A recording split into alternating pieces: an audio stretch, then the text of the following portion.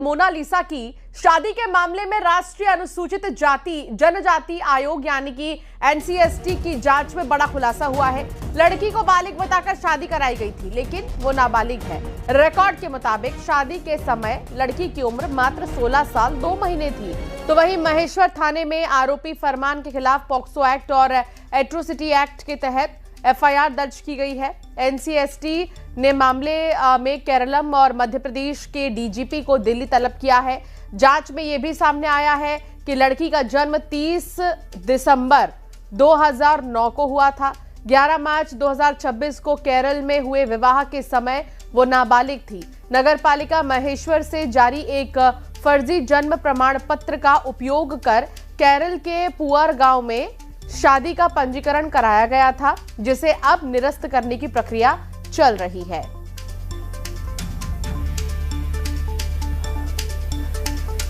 तो फिलहाल आपको बता दें कि मोनालिसा ने जिससे शादी की है फरमान, अब उसकी मुश्किलें बहुत ज्यादा बढ़ती हुई नजर आ रही है। हमारे साथ सनोज मिश्रा जुड़ गए हैं, जो कि डायरेक्टर हैं।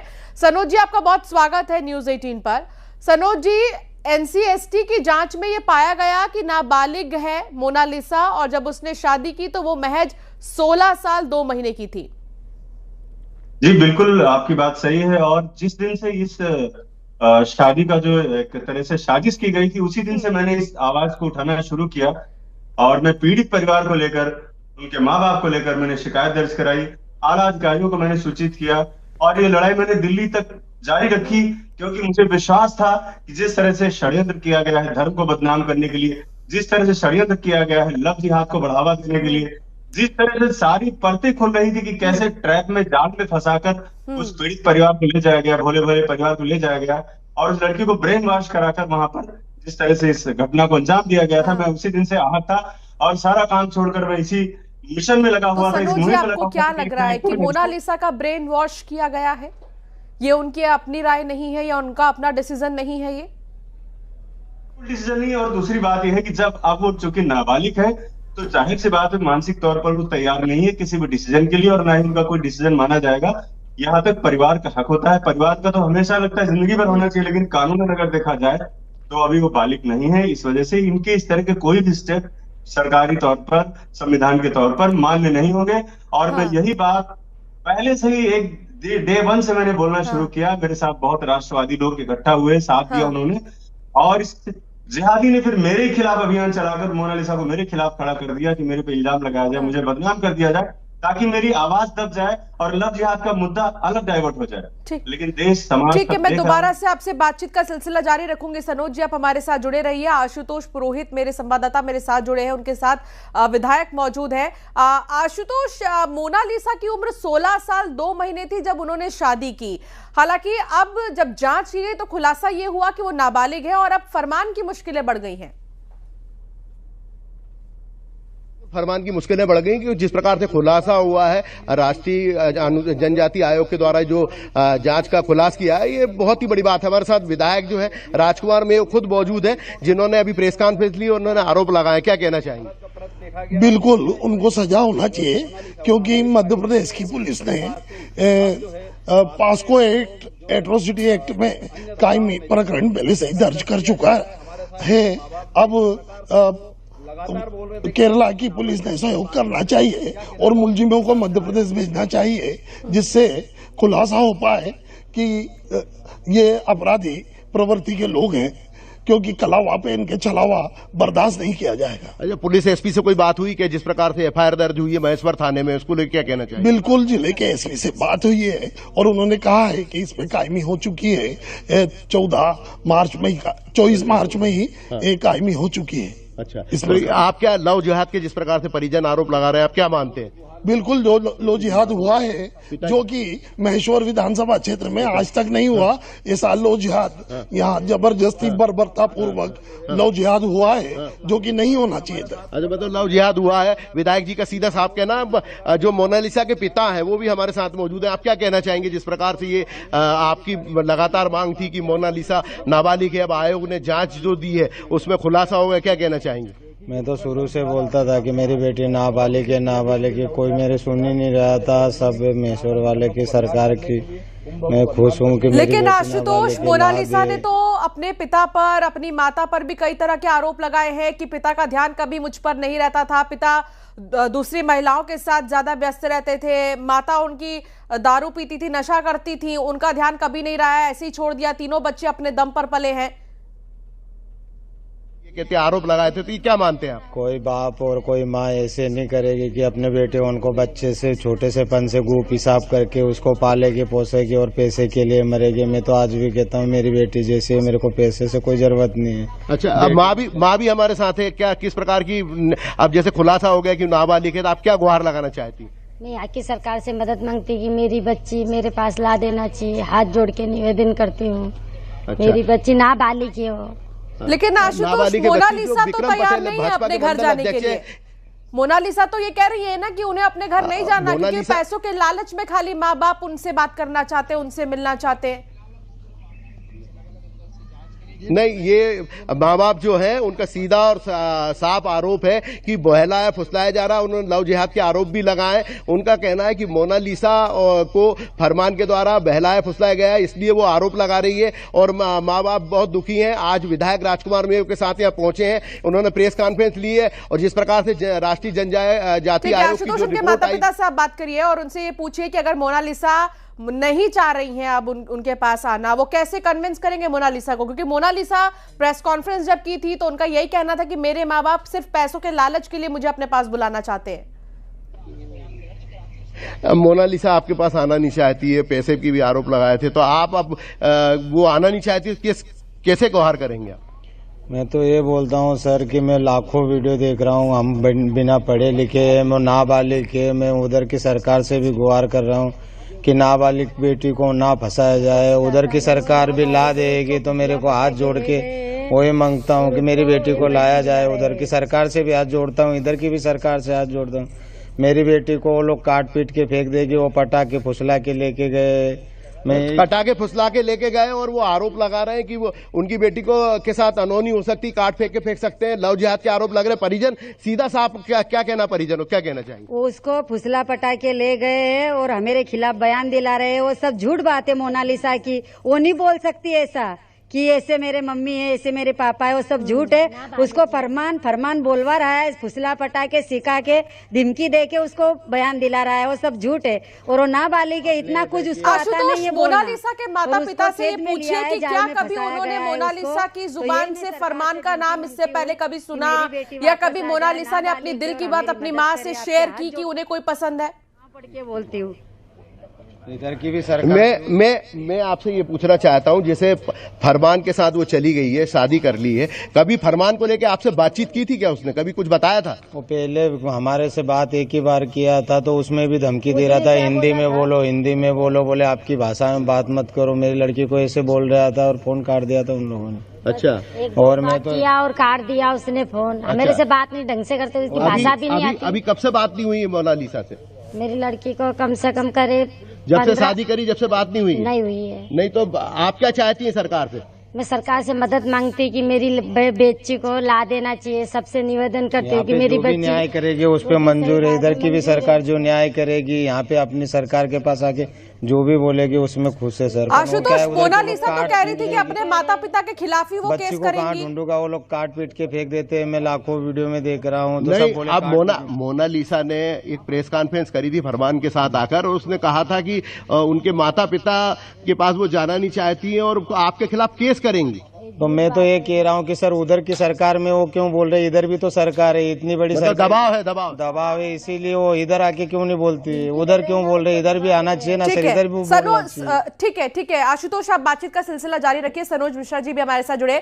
सनोज जी, मोनालिसा ने प्रेस कॉन्फ्रेंस में आरोप लगाया कि आप उनके माता पिता को भड़का रहे हैं उनके खिलाफ, या आप उनके माता पिता के दिमाग में जिहाद वाली बात डाल रहे हैं। यानी पूरा आरोप आप पर मोनालिसा लगा रही थी कि आप ही भड़का रहे हैं, और कुछ पैसों की भी बात उन्होंने की है कि आपके पास कुछ पैसे पड़े हुए मोनालिसा के जो अभी तक आपने उनको चुकाए नहीं। दरअसल ये जो कुछ भी हुआ ये तब हुआ जब मैंने लव जिहाद के खिलाफ एक बहुत बड़ा मिशन शुरू किया, और इस मिशन से वो घबरा गया। जो जिहादी था वो घबरा गया और वो उल्टे सीधे आरोप उसके जरिए लगाना शुरू किया, जिनके सारे जवाब मेरी बजाय उनके माँ बाप ने खुद दे दिए कि मैंने कितना पैसा दिया है और अभी तक मैंने उस परिवार की देखभाल की है और आगे भी करूंगा। ऐसा नहीं कि मेरी फिल्म कंप्लीट हो गई है तो मैं उससे रिश्ते खत्म हो जाएंगे, ये मैं उस तरह का इंसान नहीं हूं। और जिस तरह के भी आरोप लगाया पूरे देश ने देखा और आज सबके सामने ये खुलासा हो गया है कि जो भी मैं कह रहा था वो सच था और सच की बहुत अच्छा बड़ी जीत सनोज हो जी, रही एक है। चीज और पूछना है आपसे। सनोज जी, जब आप मोनालिसा के साथ फिल्म बना रहे थे, जब मोनालिसा आपकी हीरोइन बनी, आपने उन्हें अपॉइंट किया एज अ हीरोइन, उसके बाद से कभी भी आपने फरमान को सेटअप पे देखा या फरमान के बारे में सुना आपने? नहीं, कभी नहीं मैंने सुना। मैं सिर्फ जिस दिन ये कांड हुआ है, जिस दिन जिहादी ने अपने इसको अंजाम दिया, उस दिन मुझे सोशल मीडिया के थ्रू पता चला, तो मुझे लगा मजाक है, कोई ऐसे शोशेबाजी होगी।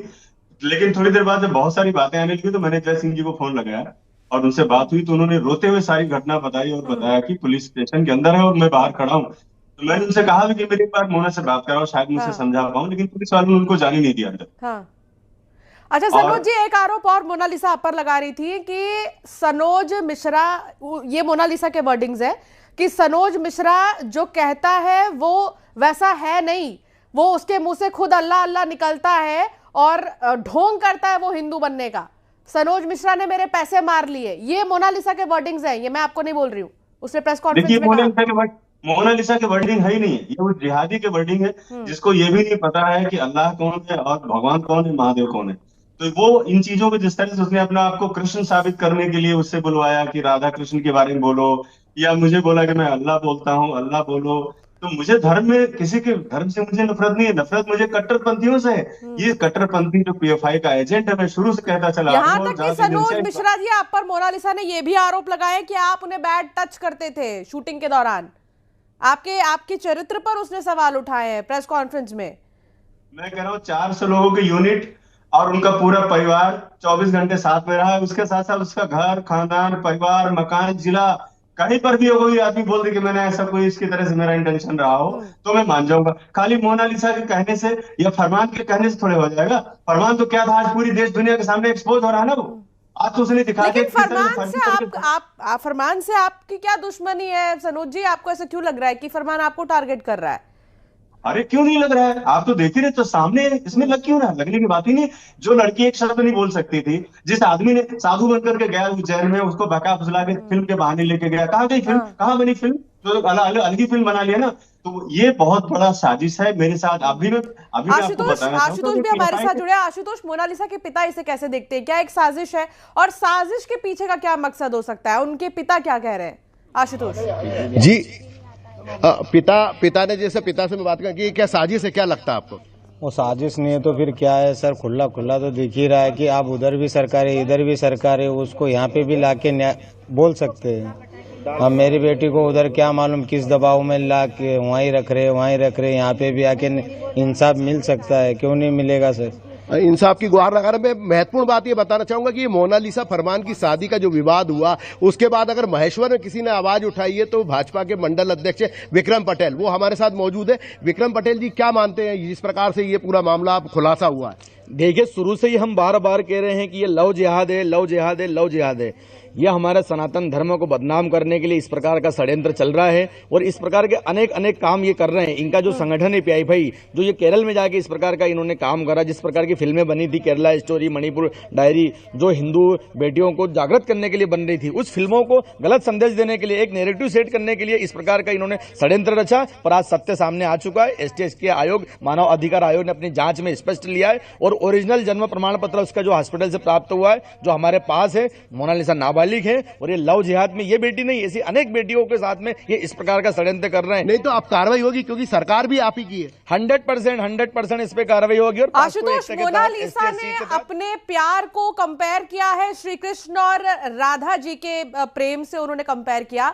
और एक उनका जो बयान है बहुत ज्यादा चर्चा में इन दिनों सोशल मीडिया में है कि क्या राधा जी ने श्री कृष्ण से पूछा था क्या कि तुम किस जाति के हो, तुम हिंदू या मुसलमान हो? इसे कैसे देखते हैं वहां पर लोग? हाँ, महेश्वर के लोग किस प्रकार से देखते हैं, जिस प्रकार से मोनालिसा का बयान आया था, उसने कहा कि राधा जी या कृष्ण जी का जो विवाह हुआ था, क्या राधा जी ने पूछा था? क्या कहना चाहेंगे? देखिए वो भोली वाली बच्ची है। हम शुरू से ही कह रहे थे कि उसको अनार का अ भी नहीं आता है। उसको जैसा जैसा समझाया जा रहा है वो वैसा वैसा बोल रही है। वो किन्हीं न किन्हीं कारणों से वो दबाव में है, वो दबाव के रूप में बोल रही है। ऐसा कुछ भी नहीं है और उसको इतना कुछ आता नहीं है। भोली वाली सीधी लड़की है। आप क्या कहना चाहते हैं कि जिस प्रकार से ये मोनालिसा बयान दे रही है बार बार, तो क्या मानते हैं कि राधा कृष्ण वाला? सर उसको कुछ भी नहीं आता, दिन रात में साथ में रहने वाला हो, वो सब वो लोग बुलवा रहे। उसको सीधा ये गणित नहीं आता कि पापा कहाँ जाना है, क्या खाना है। वो मेरे से आशुतोष, मोनालिसा के पिता से ये पूछिए कि आपको क्यों लग रहा है कि उन्हीं की बेटी को लव जिहाद में फंसाया जा रहा है, या फिर उन्हीं की बेटी को क्यों इस चीज में धकेला जा रहा है? उनको ऐसा क्यों, क्या लग रहा है? जैसे आपकी जो बेटी है मोनालिसा, आपको ऐसा कैसे लग रहा है कि उसको लव जिहाद में फंसाया जा रहा है, उसने प्रेम नहीं किया है और साजिश है? क्या मानते हैं आप? अरे कब्र PM के क्या बोले, शादी करता तो अपने इधर ही नहीं करता क्या? उधर ले जाने से उसको क्या फायदा था? वो आप बेहला फुसला के मुझे भी लेके गया, लड़की को भी लेके गया। अब उसको शादी करना था तो इधर ही दिल्ली में, उज्जैन में, कहाँ पे भी कर लेता, इधर भी सरकार थी। अच्छा, नहीं पर आपको फिल्म में काम करने का भी बोला था उसने, फरमान ने, कि आपको एक रोल देंगे, और ऐसे बेला फुसला के लेके गया और उधर हमारे को ऐसा किया। हम बिना पढ़े लिखे उनकी बातों में आ गए। उन्होंने बोला बहुत बड़ी फिल्म है और एक फिल्म की साइन भी किया होता, उसको छुपके से ही उन्होंने रिजेक्ट भी कर दिया। पहले से ये लोग कम से कम 10-12 महीने से ये प्लानिंग कर रहे थे। आज जाके मुझे मालूम पड़ा कि मेरी बेटी को फंसाया गया। अच्छा, नहीं तो पहले से प्लानिंग चल रही थी। सीधा जो मोनालिसा के पिता है उनका सीधा आरोप, पहले से प्लानिंग चल रही थी। लव जिहाद। सनोज जी भी हमारे साथ जुड़े हुए। सनोज जी, मोनालिसा ये कहती है कि अगर इतनी जिहादी मानसिकता का होता फरमान तो हिंदू रीति रिवाज में तो शादी नहीं ही करता। जिस तरह वो सिंदूर लगाते हुए, उसे या मंगलसूत्र पहनाते हुए या माला डालते हुए, जयमाला डालते हुए नजर आ रहा है, एक जो हम वीडियो भी दिखा रहे हैं दर्शकों को, इस रीति रिवाज में तो वो शादी नहीं करता। मोनालिसा का ऐसा कहना है। आप क्या समझते हैं इसके पीछे? क्या कोई साजिश है, क्या कोई माइंडसेट है? ये जो PFI के लोग होते हैं, जो लव जिहाद के लिए जिनको ट्रेनिंग दी जाती है, उनको बड़ा सॉफ्ट कॉर्नर बताया जाता है कि तुम सब जगह जाते हो। मतलब मैं मंदिर में भी जाता हूँ, मैं मस्जिद में भी जाता हूँ, लेकिन ये अभी तक रहेगा, अभी दिखाने के लिए खाली। आगे आने वाले समय में फिर इनका अपना असली रूप सामने आ जाता है, जिहाद का रूप सामने आ जाता है। और इसका सीधा मकसद यह है कि तमाम वो लड़कियां, शिक्षित लड़कियां जो मोनालिसा जैसी हैं, उनके लिए लव जिहाद का रास्ता आसान हो जाए। और इसलिए ये संगठन पूरी तरह से सक्रिय है पूरे देश में। अभी छांगुर बाबा का एग्जाम्पल आपके सामने है। बहुत ज्यादा देर की बात नहीं, अभी जल्दी की ही बात है। और इनको ट्रेनिंग दी जाती है ऐसा सॉफ्ट कॉर्नर दिखाने के लिए कि मैं तो देखो सिंदूर लगा रहा हूँ। तो उसने धर्म परिवर्तन क्यों नहीं कर लिया? मंदिर भी गए, सिंदूर लगा सकते हो, मंदिर में जा सकते हो, तो बोलते हाँ भैया मैंने घर वापसी कर ली है, मैं धर्म परिवर्तन कर रहा हूँ, आज से मैं हिंदू। ये भी तो नहीं बोला नहीं मैं मुसलमान ही रहूंगा। मुसलमान रहकर इस तरह मंदिर में गया, ये हमारे सनातन पर बहुत बड़ा उसने दाग लगाया है और इसकी सजा उसको मिलकर रहेगी। आज जो अपने कर्मों की सजा भोगने के लिए सनोज जी, मोनालिसा ये कह रही थी कि सनोज मिश्रा को मैंने भाव नहीं दिया, इसलिए फरमान के पीछे पड़ा है। ये सारी बातें तब शुरू हुई हैं जब मैंने बिगुल बजाया, जब मैंने देश को इकट्ठा करना शुरू किया, जब मैंने अपनी आवाज उठानी शुरू की। तो इसमें कोई भी शब्द जो है मोनालिसा का नहीं है, ना मैं उस बात से हट होता हूँ, क्योंकि जो उसको समझाया जा रहा है, जो बताया जा रहा है, उसको जिस तरह से उसको माइंड वॉश करके ले जाया गया, वो ना समझ लड़की, उसको तो पता ही नहीं, तो जंगल से निकली है अभी, सीधा माला से निकली है अभी, वो उसे मालूम नहीं था। उसको हितैषी बन के जिस तरह से बड़ी शातिर तरीके से ट्रेनिंग दी जाती है। सनोज जी, आपने मोनालिसा के साथ कितने दिन काम किया? लगातार 1.5 साल से तो मैं 1.5 साल में आपने कभी भी उसके बिहेवियर में कोई चेंज देखा आपके प्रति? और सडनली जब शूट पूरी हो जाती है, मूवी की, फिल्म की पूरी शूटिंग हो जाती है, तो फिर अब ये आरोप आप पर लग रहे हैं, आप कैसे देख रहे हैं इसे? मैं आपको बताऊं, इसका जवाब मैं पहले ही दे चुका हूं। मैं आपको बताना चाहूंगा कि जिस दौरान हम शूटिंग तक रहे, अभी 1.5 महीने पहले, 100 महीने पहले हमारी फिल्म की शूटिंग भी खत्म हुई है, तो वहां तक उसके बिहेवियर में किसी तरह का कोई बदलाव नहीं था, एज इट इज था। इसीलिए तो हम शॉक्ड हो गए कि अचानक ये क्या हो गया। क्यों? क्योंकि इस बंदे ने इस तरह इसको ब्रेन वॉश किया था। इसको मेरे से पहली बात अलग रखा था कि कहीं ऐसा ना उनको खबर लग जाए तो मैं इसकी प्लानिंग चौपट कर दूं, और चौपट कर देता हूँ। अगर मुझे जरा सा भनक लगती तो मैं चौपट कर देता। और जाहिर सी बात है, चूंकि चलिए, कुल मिलाकर अब जो जांच हुई है उसमें यह पता चला है कि नाबालिग है मोनालिसा और अब फरमान की मुश्किलें बढ़ गई है। सनोज जी, बहुत शुक्रिया आपका हमारे साथ जुड़ने के लिए, अपनी बात रखने के लिए। आशुतोष, आपका भी बहुत शुक्रिया जानकारी साझा करने के लिए। और फिलहाल बुलेटिन में इतना ही, लेकिन उससे पहले एक बड़ी खबर आ रही है इंदौर से। पूर्व मंत्री उषा ठाकुर का बड़ा बयान आया है। मोनालिसा फरमान की शादी पर उन्होंने कहा कि यह साजिश का बड़ा मामला है। उषा ठाकुर का बयान आया, उन्होंने कहा इसके पीछे एक बड़ी फंडिंग हुई है, छोटी बच्चियों को फंसाया जा रहा है। उषा ठाकुर ने कहा कि छोटी बच्चियों को फंसाया जा रहा है, बड़ी फंडिंग यहां पर की जा रही है। पूर्व मंत्री उषा ठाकुर, उनका बड़ा बयान आया है मोनालिसा और फरमान को लेकर, उनकी शादी को लेकर, और कहा यह बड़ा साजिश है। ये सचमुच लव जिहाद का एक बड़ा प्रकरण है, जिसमें हम देख ही रहे हैं। आपने केरला फाइल 2 यदि देखी होगी तो छोटी बच्चियों को बहका के, बरगला के, कभी नाम बदल के उनको धर्मांतरण के लिए प्रेरित करना, इस उद्देश्य को लेकर कई राष्ट्रद्रोही ताकतें इस देश में काम कर रही हैं। और ये जो प्रयागराज की वायरल गर्ल है, ये रुद्राक्ष की माला बेचने वाली बेटी पिछले सिंहस्थ में ही मिली थी, इस सिंहस्थ आते तक धर्मांतरित हो गई। ये बहुत बड़ा चिंता का विषय है, क्योंकि धर्मांतरण ही राष्ट्रांतरण है। इसलिए राष्ट्रद्रोही ताकतों से बचना होगा, अपनी बेटियों की रक्षा करनी होगी, उन्हें संस्कारों।